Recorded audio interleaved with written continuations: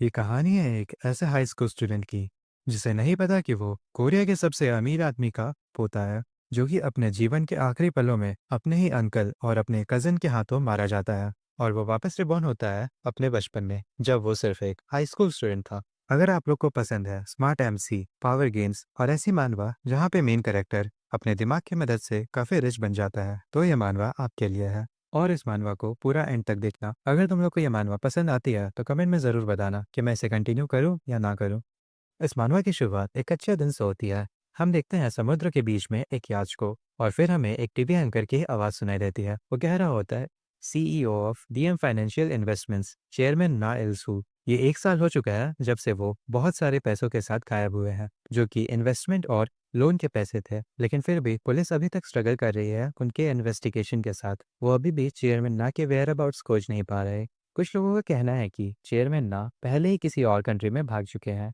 इसके विक्टिम्स, जिन्होंने बहुत सारा अमाउंट अपना खो दिया, छोटे से लेकर बड़े तक, वो अभी भी प्रोटेस्ट कर रहे हैं और डिमांड कर रहे हैं इमीडिएट इन्वेस्टिगेशन की और चेयरमैन ना को पुलिस के द्वारा अरेस्ट किए जाने की। और हमारी पुलिस इंटरपोल से रिक्वेस्ट कर रही है कि इमीडिएटली एक रेड नोटिस जारी किया जाए। और हम देखते हैं कि इस न्यूज़ को कोई पर्सन उसी याच पर बैठकर अपने फोन में देख रहा होता है, और वो काफी इविल स्माइल हंसता है और वो कहता है, क्या तुम सब बस इधर ही उधर घूम रहे हो? आखिर वो ऐसा क्या ही कर लेंगे? और हम देखते हैं एक काफी खूबसूरत लड़की उसकी ग्लास में वाइन डाल रही होती है। जो भी लोग इस चीज में फंसे, वो सभी बेवकूफ थे।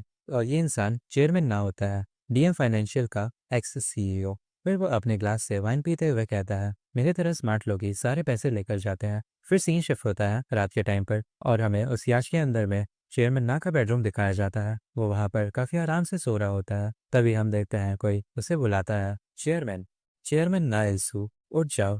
हम देखते हैं चेयरमैन के सामने कोई कुर्सी पर वॉच पोजीशन में बैठा होता है। वो चेयरमैन से कहता है, क्या तुम खुश हो लोगों का पैसा चुराने के बाद? उसके बाद भी तुम पूरी दुनिया घूम रहे हो इस फैंसी याच के साथ। वो चेयरमैन काफी घबराते हुए उससे पूछता है, कौन हो, कौन हो तुम? वो इंसान चेयरमैन की तरफ बढ़ते हुए कहता है, क्या तुम मेरी वॉइस को पहले ही भूल चुके हो? मैं तुम में काफी डिसअपॉइंटेड हूँ। हम देखते हैं वो चेयरमैन उसे तुरंत पहचान जाता है। वो कहता है, किम मोह्युक, डायरेक्टर किम मोह्युक। तभी किम उससे कहता है, चेयरमैन नाइल्स हूँ, मैं यहाँ पर वो कर्ज को कलेक्ट करने के लिए हूँ जो कि तुमने तेसन कैपिटल से लिया था। फिर चेयरमैन ना घबराते हुए थोड़ा पीछे हटते हुए कहता है, डायरेक्टर किम, उसके बारे में। और फिर वो पीछे मुड़कर काफी जोर से चिल्लाता है, सिक्योरिटी, सिक्योरिटी। लेकिन हम देखते हैं उसके सभी सिक्योरिटी गार्ड्स उसके रूम के बाहर बेहोश पड़े होते हैं, और उन्हीं के बगल में डायरेक्टर किम का भी एक बंदा खड़ा होता है। डायरेक्टर किम चेयरमैन से कहता है, काम डाउन चेयरमैन, हम यहाँ पर तुम्हें कोई वापस ले जाने के लिए नहीं है। हम यहाँ पर सिर्फ अपना पैसा वापस लेने आए हैं, 150 बिलियन वॉन, जो कि प्रिंसिपल अमाउंट था, और बाकी का annual interest 320 billion won. Total होते हैं 470 बिलियन एंड 20 बिलियन वॉन। ये देखकर चेयरमैन की आगे बड़ी हो जाती है। वो हैरानी से कहता है, क्या 470 बिलियन बॉन्ड? फिर डायरेक्टर किम अपने फ़ोन में कुछ कैलकुलेट करते हुए कहता है, आज के एक्सचेंज रेट के अकॉर्डिंग ये टोटल होते हैं लगभग 358 मिलियन डॉलर्स के आसपास। लेकिन तुम मुझे सिर्फ 350 मिलियन डॉलर्स भी दे सकते हो, और आज के टाइम पर इंडिया में 350 मिलियन डॉलर्स होते हैं पूरे 30,000 करोड़ रुपए।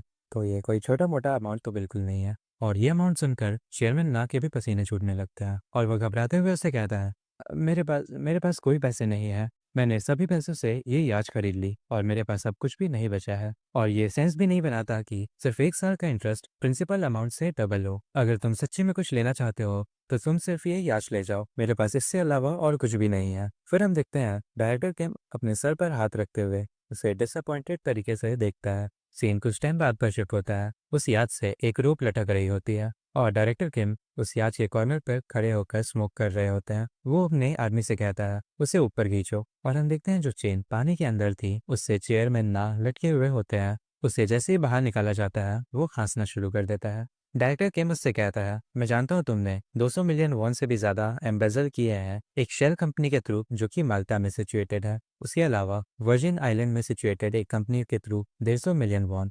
ये सुनकर चेयरमैन ना घबराए हुए कहता है, मैं इस बारे में नहीं जानता, मेरे पास कोई भी पैसे नहीं है, सच्ची में बिल्कुल भी नहीं है। ये याच ही सिर्फ इकलौती एसेट है जो कि मेरे पास है। तुम मुझ पर ट्रस्ट क्यों नहीं करते?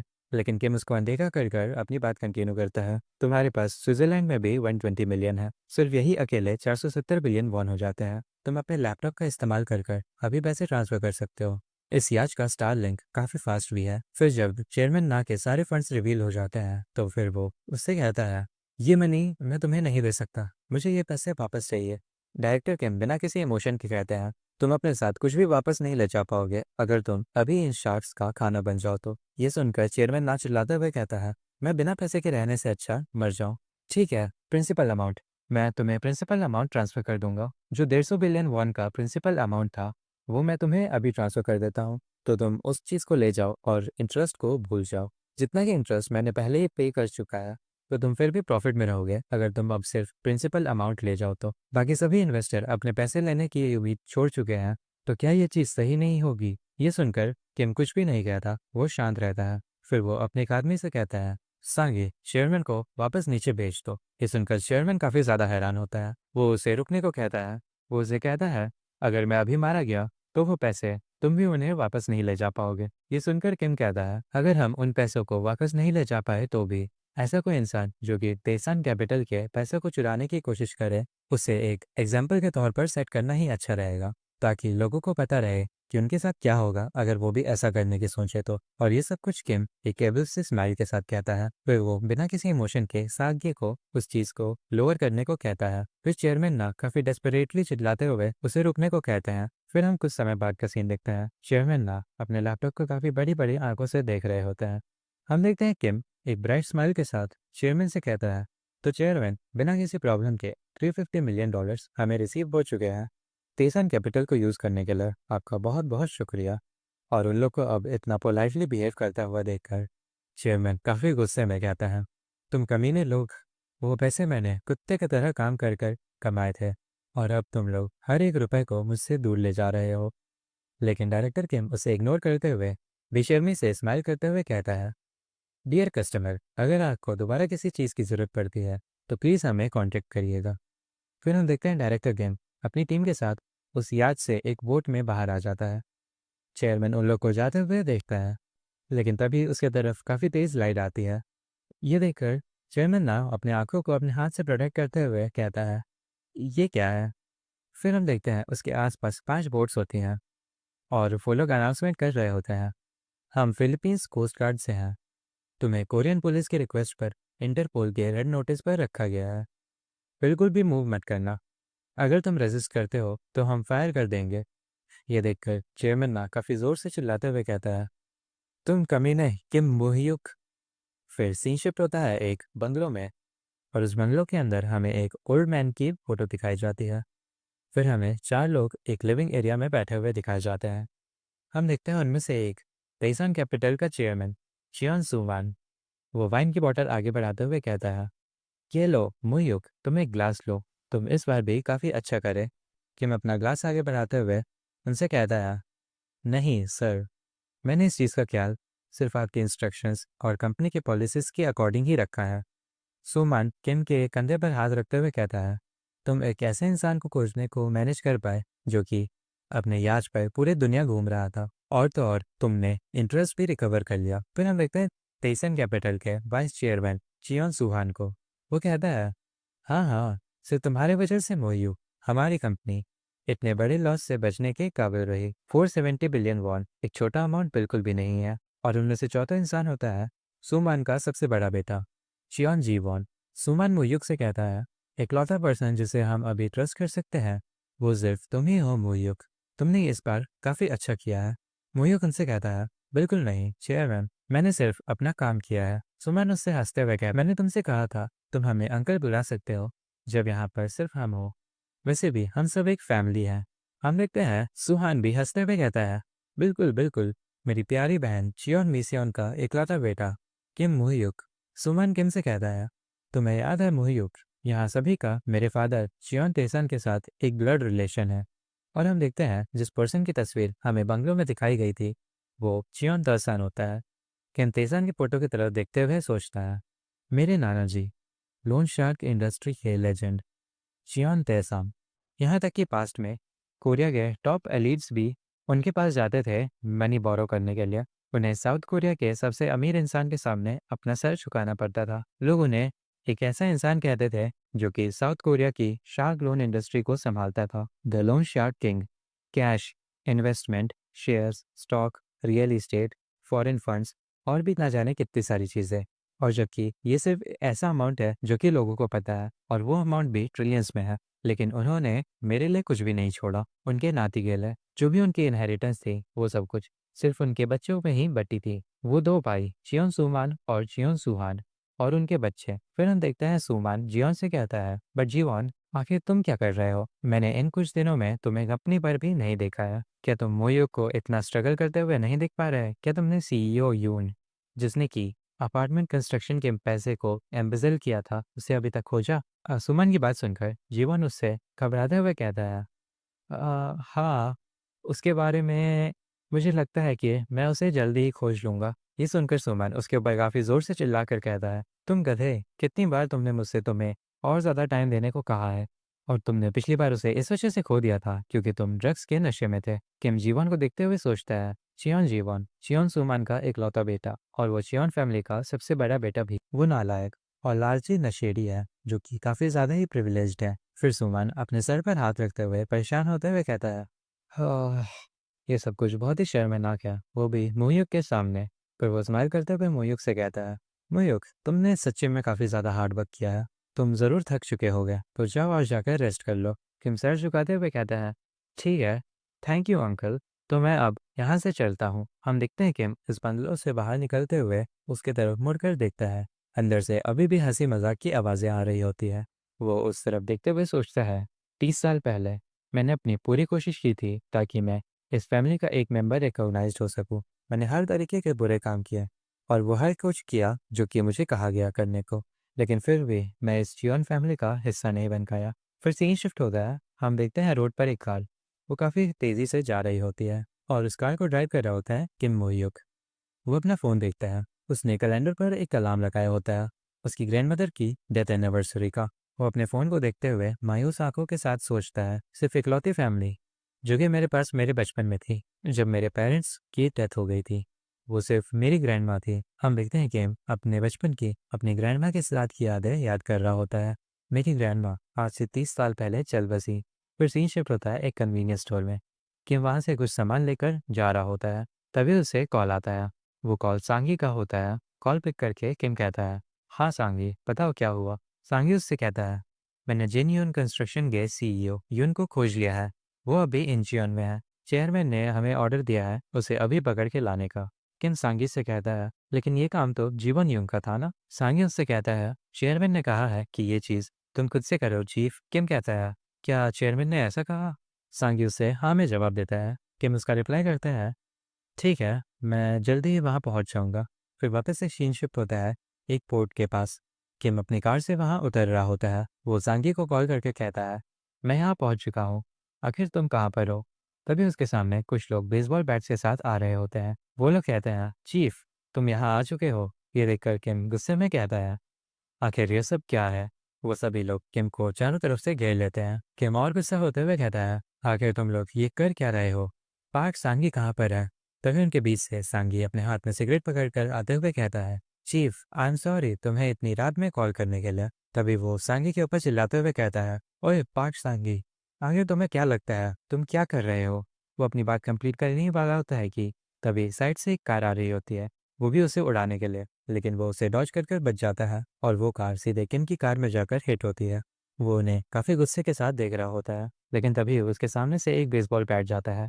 वो उसे एंड टाइम पर डॉज कर लेता है, और जिसने उसे बेसबॉल बैट से मारा होता है उसे अपनी बैक से हिट करता है। तभी एक और इंसान उसे अपने मुक्के से मारने के लिए आता है, लेकिन किम उसे भी डॉज करके उसे भी फेस पे मुक्का मारता है। किम ने ऐसे करके उनमें से 2 लोगों को डाउन कर दिया होता है, और ये देखकर वो बाकी सभी लोग एक साथ उसके ऊपर अटैक करने आते हैं, और इतने सारे लोगों को किम एक साथ नहीं संभाल पाता है।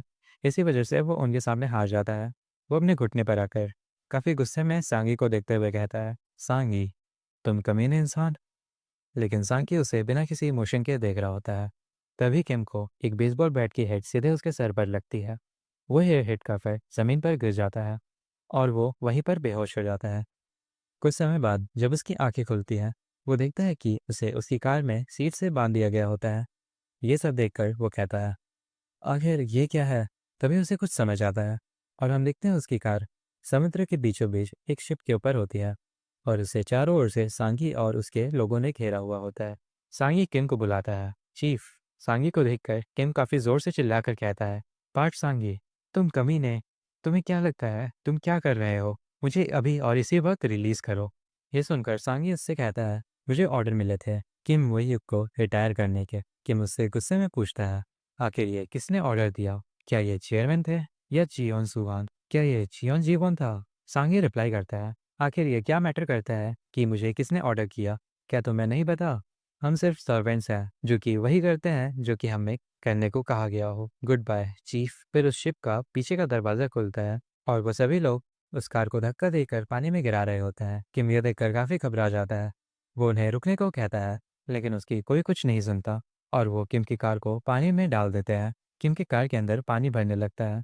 वो अपना आखिरी स्ट्रगल करते हुए सोचता है, क्या मैं ऐसे ही मारा जाऊंगा? जबकि मैं एक कुत्ते की तरह लॉयल था चियोन फैमिली के लिए। मैं इस बात पर बिलीव नहीं कर पा रहा, मैं इस्तेमाल किए जाने के बाद ऐसे ही मारा जा रहा हूँ। तभी किम ने उस कन्वीनियंस स्टोर से जो योगर्ट्स खरीदे थे वो उसकी प्लास्टिक से बाहर आते हैं। उसे देखकर किम हैरान होता है और वो सोचता है, ग्रैंडमा, मुझे माफ़ कर दीजिए। मैंने प्रॉमिस किया था कि मैं आपके मेमोरियल सर्विस का ध्यान रखूंगा, लेकिन इस वक्त मैं आपको मिलने के अपने रास्ते पर हूँ। और हम देखते हैं किम की कार पूरी तरीके से पानी के अंदर डूब गई होती है। फिर तभी उसकी आंख खुलती है। वो अपनी आंखों के साथ काफी तेजी से चमकता हुआ सूरज देखता है और अब देखते हैं ये किम मोयुक ही होता है, लेकिन ये पहले से अभी काफी ज्यादा ही यंग दिख रहा होता है और वो पानी के बीचों बीच आसमान को फेस करते हुए लेटा हुआ होता है। फिर वो अचानक से उठते हुए हैरान होकर अपने आप को टच करते हुए देखता है, आखिर यहाँ क्या हो रहा है? क्या मैं अभी भी जिंदा हूँ? लेकिन तभी उसके मुंह पर एक जोरदार लात पड़ती है और वो किसी ब्लू टी शर्ट वाले इंसान ने मारी होती है। किम इससे थोड़ा सा पीछे हट जाता है। फिर किम कुछ देखकर हैरान होता है और कहता है, क्या? वो जिस चीज़ को देखा होता है वो देखकर उसकी आंखें काफ़ी बड़ी हो गई होती हैं। वहां पर हम देखते हैं कुछ लोगों को एक दूसरे से फाइट करते हुए। उनमें से 3 ने व्हाइट शर्ट्स और 3 ने ब्लू शर्ट्स पहनी हुई होती हैं और ये देखकर किम स्माइल करते हुए सोचता है, यहाँ तक कि हेवन खुद भी पूरी तरीके से क्योस में है। फिर हम देखते हैं वो लोग एक दूसरे से फाइट कर रहे होते हैं। उनमें से एक ब्लू शर्ट वाला इंसान सीधे किम के सामने आकर गिरता है। ये सब किम साइड में खड़े होकर बस देख रहा होता है। ये सब देखकर किम सोचता है, लेकिन आखिर ये कैसी सिचुएशन है? तभी किम के पीछे से एक ब्लू शर्ट वाला स्टूडेंट उसे गाली देते हुए उसके ऊपर अटैक करता है, लेकिन किम उसे डॉज करके उसे ही सीधे मुंह पर पंच मारता है और एक ही हिट में उसे नॉक आउट कर देता है। ये देखकर किम सोचता है, मेरी बॉडी अभी काफी हल्की लग रही है, कि ऐसा है जैसे कि मैं अभी यंग हूँ। तभी तो और ब्लू शर्ट वाले स्टूडेंट्स किम के ऊपर उसे गाली देते हुए अटैक कर देते हैं, लेकिन किम बड़ी आसानी से ही उन दोनों को एक के बाद एक अपनी किक से नॉकआउट कर देता है। ये देखकर बाकी के बचे हुए भी ब्लू शर्ट वाले स्टूडेंट्स किंग के ऊपर उसे गाली देते हुए वापस से अटैक कर देते हैं, लेकिन किम उन सभी को एक के बाद एक मारे जाता है और किम सबको ही डिफीट कर देता है। और फिर किम की डोमिनेटिंग आंखों को देखकर उन सबकी फट जाती है। किम उन्हें बोलते हुए सोचता है, यहाँ से चले जाओ तुम कमीने बच्चों। किम की इतनी डरावनी आंखें देखकर वो सभी काफी डर जाते हैं और वहां से भागने लगते हैं। फिर किम यह देखकर जमीन के बल बैठ जाता है और एक चैन की सांस लेता है। तभी उसके बगल में एक स्टूडेंट उनके तरफ बालू फेंकते हुए कहता है, तुम कमीनो, आखिर तुम लोग कहाँ भाग रहे हो? तुम हमें किसी वक्त भी खोज सकते हो, हम तुम लोग को जरूर एक अच्छी पिटाई देंगे। तभी वो मुयुक से कहता है, मुयुक, क्या तुम ठीक हो? मैं यहाँ लड़कियों से फ्लर्ट करने आया था, लेकिन यहाँ पर तो सिर्फ लड़के ही है। मुयुक, तुम्हें काफी ज्यादा पसीना आ रहा है, क्या तुम स्मोक करना चाहोगे? कि मैं वियर्ड फेस बनाते हुए उसे देखते हुए सोचता है, आखिर यहाँ चल क्या रहा है? क्या ये सच्ची में हाई स्कूलर है? किम उसका स्टूडेंट बैच दिखता है। उसका नाम ली म्यूनसू होता है। वो देखकर किम सोचता है, मेरे मिडिल स्कूल के टाइम पर मेरा बेस्ट फ्रेंड ये ली म्यूसू है। तभी उसके पीछे से एक और स्टूडेंट आकर उसके कंधे पर हाथ रखता है। वो कहता है, जैसा कि एक्सपेक्ट किया था, हमारा मुहयुग फाइटिंग में सबसे बेस्ट है। वो उन सबसे अकेले ही फाइट किया। तभी उसे देखकर किम सोचता है, पार्क यन सन, वो भी मेरे मिडिल स्कूल के टाइम पर एक क्लोज फ्रेंड था और उसके फादर एक पुलिसमैन है। अगर हम कुछ परेशानी खड़ी करते हुए हैं तो। तभी किम उनसे पूछता है, लेकिन आखिर हम लोग कहाँ पर हैं? मिन्सो किम से कहता है, आखिर तुम क्या कह रहे हो? हम कहाँ हैं? ये ग्वांडली है। किम काफी हैरान होकर कहता है, ग्वांडली? तभी मिन्सो उसके सर को पकड़ते हुए कहता है, आखिर तुम्हारे साथ क्या है? तुम अचानक से सियोल डायलॉग यूज करने लगे और इस जगह के बारे में भी पूछ रहे हो। क्या कुछ देर पहले तुम्हारे सर पर कुछ ज्यादा ही जोर की चोट लग गई? नहीं, फिर भी तुम्हारा सर अभी भी ठीक दिख रहा है। ये एक पत्थर जितना हार्ड लग रहा है। केविन हैरान होकर पूछता है, आज ये कौन सा साल, कौन सा दिन है? मिन्सू उसका रिप्लाई देता है, ऑफ कोर्स ये 1990 है, 21 सितंबर 1990। फिर वो किम को टीज करते हुए कहता है, क्या कहीं पर तुम्हारे सर पर सच्ची में चोट लग गई है? ओए, तुम सच्ची में हर्ट हो सकते हो। किम सोचता है, 21 सितंबर 1990। फिर किम दूसरी तरफ देखता है, वहाँ पर एक बैनर था और काफ़ी ओल्ड स्टाइल की कार्स भी वहाँ पर चल रही होती हैं। ये सब देखकर किम सोचता है, क्लियरली मैं समुद्र में गिरने के बाद मारा गया था, लेकिन मैं पास में 30 साल पहले आ गया। फिर हम देखते हैं पार्क खड़े होते हुए कहता है, ओह, मुझे भूख लगी है। मिंसू भी कहता है, हाँ, चलो रामेन खाते हैं, ये मेरी तरफ से ट्रीट है। फिर तभी किम को कुछ याद आता है। वो सोचता है, रुको, अगर ये 21 सितंबर 1990 है तो, और ये सोचने के साथ ही वो सीधे भागने लग जाता है।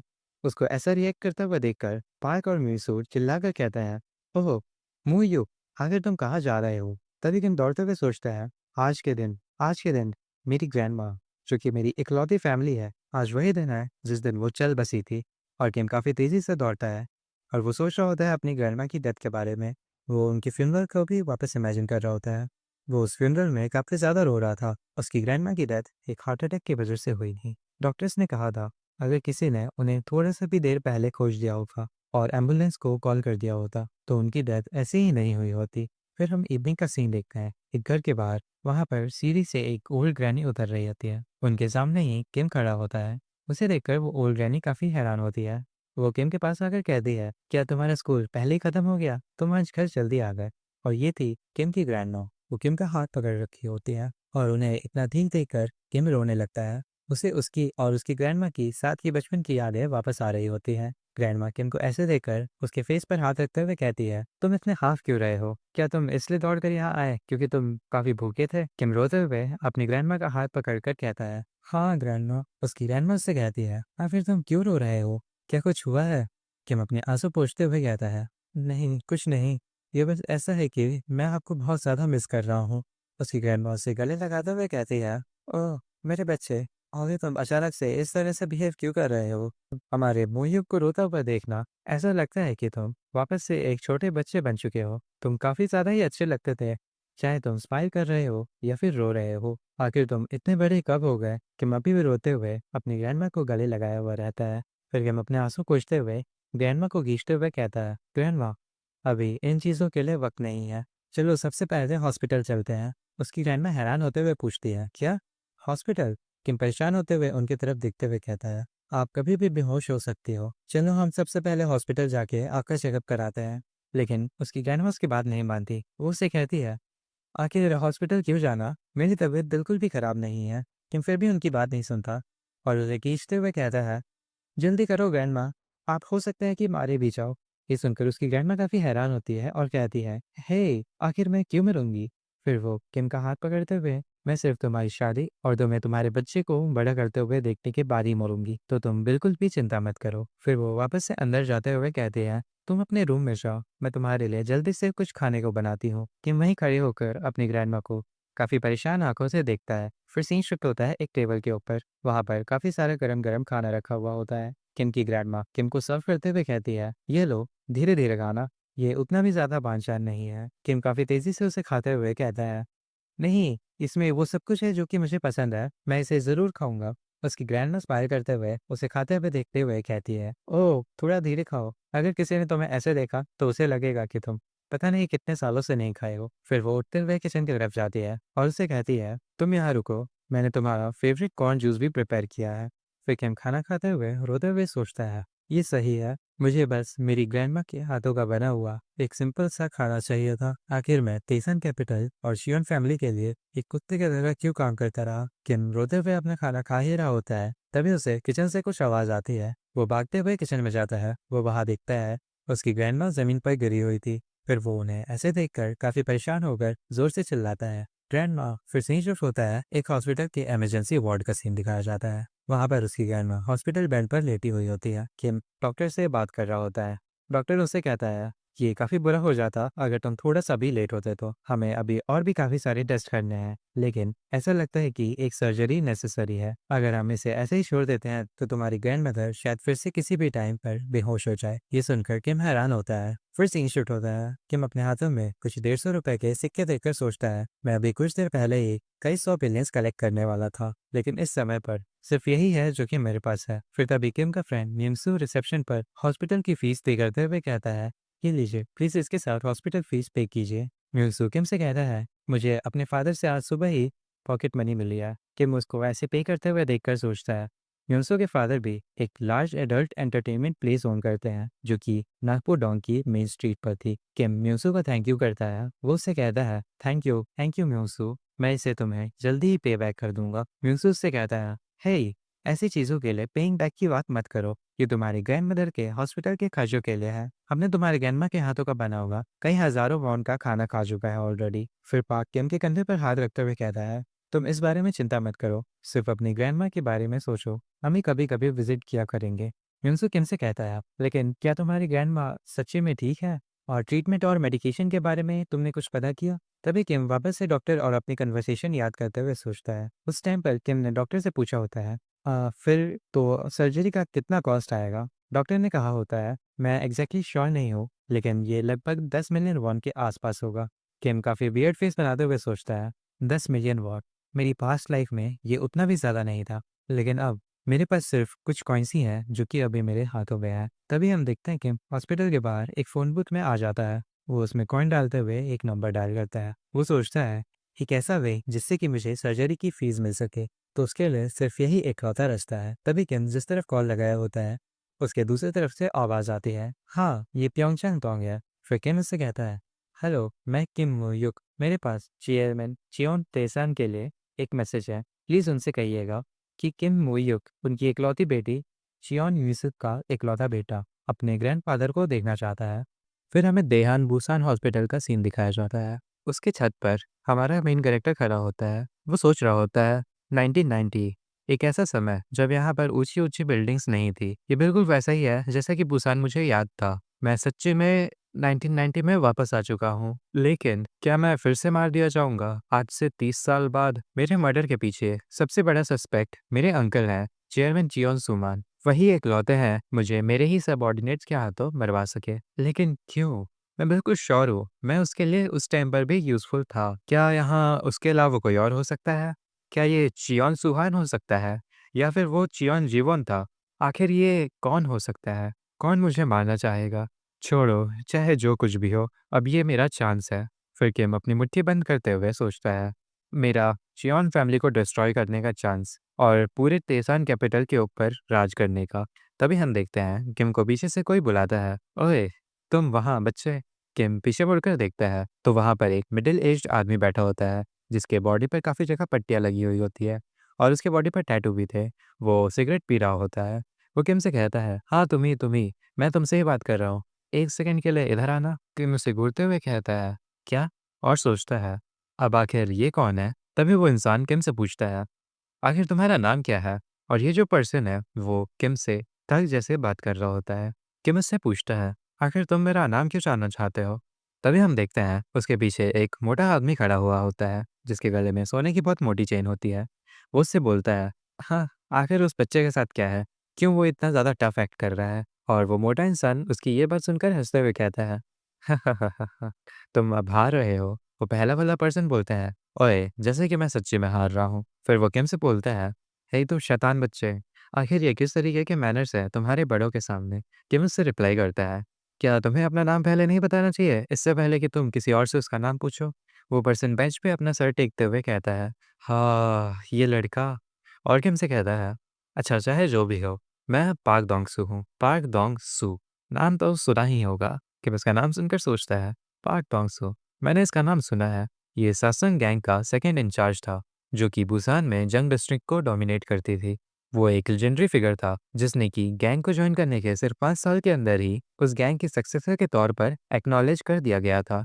लेकिन 1990 में इस समय के आसपास वॉर ऑन क्राइम के दौरान उसे उसके बॉस के सभी क्राइम्स के लिए फ्रेम कर दिया गया था और इसी वजह से पुलिस उसका पीछा कर रही थी। लेकिन वो पुलिस को बहुत ही बुरी तरीके से मरा हुआ एक मोटेल में मिला था और वो भी जब वो सिर्फ 29 साल का था। डोंगसू उसका ऐसा रिएक्शन देख के कहता है, ओह तो तुम सच्चे में मुझे नहीं जानते हो। कि मुझसे एक स्ट्रेट फेस बनाते हुए कहता है, नहीं मैं नहीं जानता। क्या तुम कोई कॉमिक बुक स्टोर चलाते हो? डोंगसू उससे कहता है, अच्छा चलो जो भी हो बच्चे, मैंने तुम्हें अपना नाम पहले बता दिया, तो अब ये तुम्हारी बारी है। किम अपना नाम मुझसे कहता है, किम मोयुक, यही मेरा नाम है। डोंगसू फिर स्माइल करते हुए कहता है, किम मोयुक तुमने कहा है ना? किम मू, किम मू मू। ओहो! किम मुमू। डैम! तुम्हारा तो काफ़ी अच्छा नाम है। ये देख के किम काफ़ी गुस्से में आ जाता है। वो सोचता है, ये बहुत ही ज़्यादा चाइल्डिश है। डॉक्स उससे पूछता है, क्या तुम वही र्यूमर्ड अच्छे बच्चे हो, रूम 405 से? ये सुनकर किम हैरान होता है। वो उससे पूछता है, क्या? डॉक्स उसका रिप्लाई देता है, ये हॉस्पिटल तुम्हारे इस रूमर से पूरी तरीके से भरा हुआ है। इस बारे में कि तुम किस तरीके से अपनी ग्रैंडमा का बहुत ही अच्छा ख्याल रख रहे हो। वो हर कुछ कर रहे हो जो कि उन्हें चाहिए। किम उसका रिप्लाई देता है, वो मेरी इकलौती फैमिली है, तो ये बिल्कुल नेचुरल है। बांसु एक sarcastic फेस बनाते हुए कहता है, हाँ, हाँ, तुम सही हो। ये सिर्फ नेचुरल है। क्या तुम किसी स्कूल में हो? तुम्हारे यूनिफ़ॉर्म को देखा जाए तो तुम डोंगसन वोकेशनल हाई स्कूल जाते होगे। किम रिप्लाई देता है, हाँ, और तुम्हारे बारे में क्या? क्या तुम एक ठग हो? डोंगसू उसे सीधे-सीधे मुँह पर ही झूठ बोलता है। मैं? ना, ना, मैं बिल्कुल नहीं हूँ। तुम्हें ऐसा क्यों लग रहा है? किम अजीब-सा फेस बनाते हुए कहता है, तुम्हारी कंडीशन देखकर ऐसा लग रहा है कि किसी ने तुम्हें चाकू से स्टैब कर दिया है और एक हॉस्पिटल में लाके पटक दिया है। डोंगसू अकड़ दिखाते हुए किम से कहता है, ओए तुम बच्चे, ये नेचुरल है एक आदमी के लिए कम से कम अपने लाइफ में 1 या 2 बार स्टैब हो जाना, जैसा कि लाइफ में कहा जाता है। ये बिल्कुल नेचुरल है, बिल्कुल नॉर्मल। तुम्हारे जैसे बच्चे को ये बात कैसे ही पता होगी, लेकिन जो भी बड़े लोग होते हैं, उनके यहाँ ऐसा ही होता है। हमारे यहाँ ऐसा ही होता है। फिर डोंगसू चिल्लाकर किम से कह रहा होता है, ऐ तुम बच्चे, क्या तुम मुझसे घबरा नहीं रहे हो? आखिर तुम मेरे सामने एकदम अच्छे से कैसे खड़े हो? किम मुझसे रिप्लाई देता है, क्या मुझे तुमसे डरना चाहिए? डोंगसू उसकी ऐसी बातें सुनकर सर पर हाथ रखते हुए कहता है, हाँ, ये बच्चा, तुम मुझे अब बस गुस्सा दिला रहे हो। किम डोंगसू के पास आते हुए कहता है, तो क्या अब मैं जा सकता हूँ अगर तुम्हारी बातें हो गई हो तो? डोंगसू एक अजीब सा फेस बनाते हुए कहता है, हाँ, हाँ, जाओ तुम। फिर हम देखते हैं किम वहाँ से जा रहा होता है। तभी डोंगसू उसे हँसते हुए चिढ़ाते हुए कहता है, कांग मूमू, अपने ग्रैंडमा का अच्छे से ध्यान रखना। तो अब मैं तुमसे बाद में मिलता हूँ। ये सुनकर किम काफ़ी गुस्से में आ रहा होता है और सोचता है, ये रास्कल। हम देखते हैं किम सीढ़ियों से नीचे उतर रहा होता है और सोच रहा होता है, सासन गैंग का पार्क डोंगजू। इस पॉइंट पर ये गैंग नेशनल लेवल पर नहीं थी, लेकिन ये कोई छोटी-मोटी गैंग भी नहीं थी। एक दिन शायद वो मेरे किसी काम का होगा। फिर हम देखते हैं किम अपनी ग्रैंडमा के वार्ड में एंटर हो रहा होता है। तभी उसकी ग्रैंडमा के पास एक अननोन इंसान खड़ा होता है और वो उसकी ग्रैंडमा से बात कर रहा होता है, जिसको देख कर के हैरान होता है। उसकी ग्रैंडमा उससे कहती है, मुयुक, ये देखो तुम्हारे लिए यहाँ कोई आया है। हम देखते हैं वो इंसान पीछे मुड़ता है और मुयुक को बुलाता है। उसको देखकर किम सोचता है, डायरेक्टर हाँ? तो अगर तुम लोग कंफ्यूज हो रहे होगे कि किम इससे कैसे जानता है, तो वो इसे अपनी पिछली लाइफ से जानता है। फिर हम देखते हैं वो दोनों एक दूसरे को घूर रहे होते हैं। किम डायरेक्टर हाँ से कहता है, चलो बाहर जाकर बात करते हैं। फिर हम देखते हैं वो दोनों एक कॉफ़ी हाउस में आ गए होते हैं। वहाँ एक दूसरे के सामने बैठे होते हैं। डायरेक्टर हा किम से कहता है, मेरा नाम हा म्योंगुन है। मैं चेयरमैन चियोन तेसन के लिए काम करता हूँ। और वो किम को अपना कार्ड दे रहा होता है। उसके कार्ड को हाथ में लेते हुए किम सोचता है, ग्रैंडपा का राइट हैंड मैन, डायरेक्टर हा म्योंगुन। वो डायरेक्टर हा को देखते हुए सोचता है, ये मेरे ग्रैंडपा का एक ऐसा सबॉर्डिनेट है जिसे वो अपनी मौत तक ट्रस्ट करते थे। मेरी पिछली लाइफ में वही एक थे जिन्होंने मेरी मॉम के फादर शियोन तेसन के बारे में मुझे मेरी ग्रैंडमा के फ्यूनरल पे बताया था। डायरेक्टर हाकिम से कहता है, मैं चाहता हूँ तुम मेरे साथ सियोल चलो। और डायरेक्टर अपनी बात कंप्लीट नहीं कर पाते कि मुझसे कहता है, मिस्टर चेयरमैन यहाँ खुद से क्यों नहीं आए? ये सुनकर डायरेक्टर हा की आंखें बड़ी हो जाती है। वो हैरानी से पूछता है, क्या? लेकिन किम अभी भी अपना फेस स्ट्रेट ही रखता है। उसको ऐसे देखकर डायरेक्टर हाँ सोच रहे होते हैं, आखिर इस कंपोज़र के साथ क्या है? ये 18 साल के किसी बच्चे की आंखें और एटीट्यूड नहीं है और ये बिल्कुल ही नेचुरल भी लग रहा है, तो वो दिखावा तो नहीं कर रहा हो सकता है। डायरेक्टर हाँ किम से कहते हैं, चेयरमैन एक बिज़ी इंसान है, उनके पास तुमसे मिलने का टाइम नहीं है। किम से कहता है, मैं उन्हें मुझसे मिलने को नहीं कह रहा हूँ, मैं यहाँ अपनी मदर, उनकी डॉटर किम मीसियन के बारे में बात कर रहा हूँ। किम ये कहते हुए मन में सोच रहा होता है, ऑफ कोर्स मुझे पता है कोई यहाँ नहीं आएंगे। वो ज़रूरी काफ़ी गुस्सा होंगे मेरी ऑडेसिटी पे कि मैं उन्हें यहाँ बुला रहा हूँ। किम काफ़ी स्ट्रिक्ट फेस बनाते हुए डायरेक्टर हाउस से कहता है, वो मेरे मॉम की डेथ के बाद उनकी समाधि पर भी नहीं गए थे। अगर चेयरमैन मुझसे मिलना चाहते हैं तो उन्हें उनकी समाधि पर पहले जाना होगा। किम की ऐसी बातें सुनकर तो डायरेक्टर हा की बोलती ही बंद हो गई होती है। वो अपनी आंखों से लगातार किम को ही घूर रहे होते हैं। किम डायरेक्टर हा को देखते हुए सोचता है, मेरी पिछली लाइफ में मेरे पास कोई चॉइस नहीं थी, लेकिन मैं बस वही कर पाता था जो कि वो मुझसे कहते थे, क्योंकि पास में मैं कुछ भी नहीं था, बस एक ऑर्फन था जिसके पास कुछ भी नहीं था। फिर हम पास का सीन देखते हैं। वो सीन किम की ग्रैंडमा का फ्यूनरल का होता है। डायरेक्टर हा किम से कह रहे होते हैं, जो कि काफ़ी उदासी से बैठा हुआ होता है, फ्यूनरल के खर्चों का ध्यान हम रख लेंगे। जैसे ही फ्यूनरल ओवर होता है, तुम चेयरमैन को देखने के लिए सियोल के लिए निकल जाना। चेयरमैन ने कहा है, तुम्हें अपनी सर्वाइवल के बारे में चिंता करने की ज़रूरत नहीं है, जब तक कि तुम वही करोगे जो वो कहते हैं। किम सोच रहा होता है, पहले के टाइम पर मेरे पास कोई और चॉइस नहीं थी। ग्रैंडपा की हेल्थ के बिना मुझे स्कूल भी छोड़ना पड़ सकता था, लेकिन इस बार ऐसा नहीं होने वाला है। इस बार मैं पहले से अलग हूँ, क्योंकि मैं उन्हें जानता हूँ। किम फिर वहाँ से उठते हुए डायरेक्टर हा से कहता है, प्लीज़ उन्हें बता देना, अगर वो मुझसे मिलना चाहते हैं तो उन्हें यहाँ खुद से आना होगा। फिर वो डायरेक्टर हा को ग्रीट करते हुए कहता है, अब मैं यहाँ से चलता हूँ। डायरेक्टर हा म्यूंगुन, आपके वापस जाने की जर्नी सेफ हो। डायरेक्टर हाकिम को जाते हुए देखते हुए सोचते हैं, आखिर ये इतनी ओवरवेलमिंग प्रेजेंस कैसी है जो कि वो एमिट कर रहा है। यहाँ तक कि मैं भी नर्वस फील कर रहा हूँ। हम देखते हैं कि हम उस कॉफ़ी कैफ़े से बाहर आ गया होता है और डायरेक्टर हाउस से खिड़की से देखकर सोच रहे होते हैं, वो सारी रिपोर्ट जो कि मुझे मिली थी, जो कि ये कह रही थी कि ये बस एक ट्रबल मेकर है, जो बस लोगों से लड़ाई करते फिरता है। क्या ये सब कुछ गलत था? चेयरमैन जियोन तेसन की इकलौती बेटी किम मिस्योन और उनका इकलौता बेटा किम मोह्युक, ये बिल्कुल भी किसी आम बच्चे जैसा नहीं लग रहा। फिर सीन शिफ्ट होता है और हम देहान बुसान हॉस्पिटल का सीन देखते हैं। वहाँ से काफ़ी ज़ोर से चिल्लाने की आवाज़ आती है, क्या? और हम देखते हैं ये उसकी ग्रैंडमा कह रही होती है, चेयरमैन तुम्हें सियोल जाने को कहा। और इसका जवाब मोह्युक काफ़ी अनॉय होते हुए कहता है, हाँ, मैंने उन्हें कहा कि उन्हें पहले मॉम की ग्रेव को विजिट करना होगा। उनकी बेटी 17 साल पहले मारी गई, लेकिन फिर भी वो अभी तक उनके ग्रेव पर विजिट नहीं किए। ये बहुत ही रेडिकुलस है। उसकी ग्रैंडमा उसे समझाते हुए कहती है, मोह्युक, क्या तुम्हें पता है तुम्हारे मॉम के फादर किस तरीके का पर्सन है?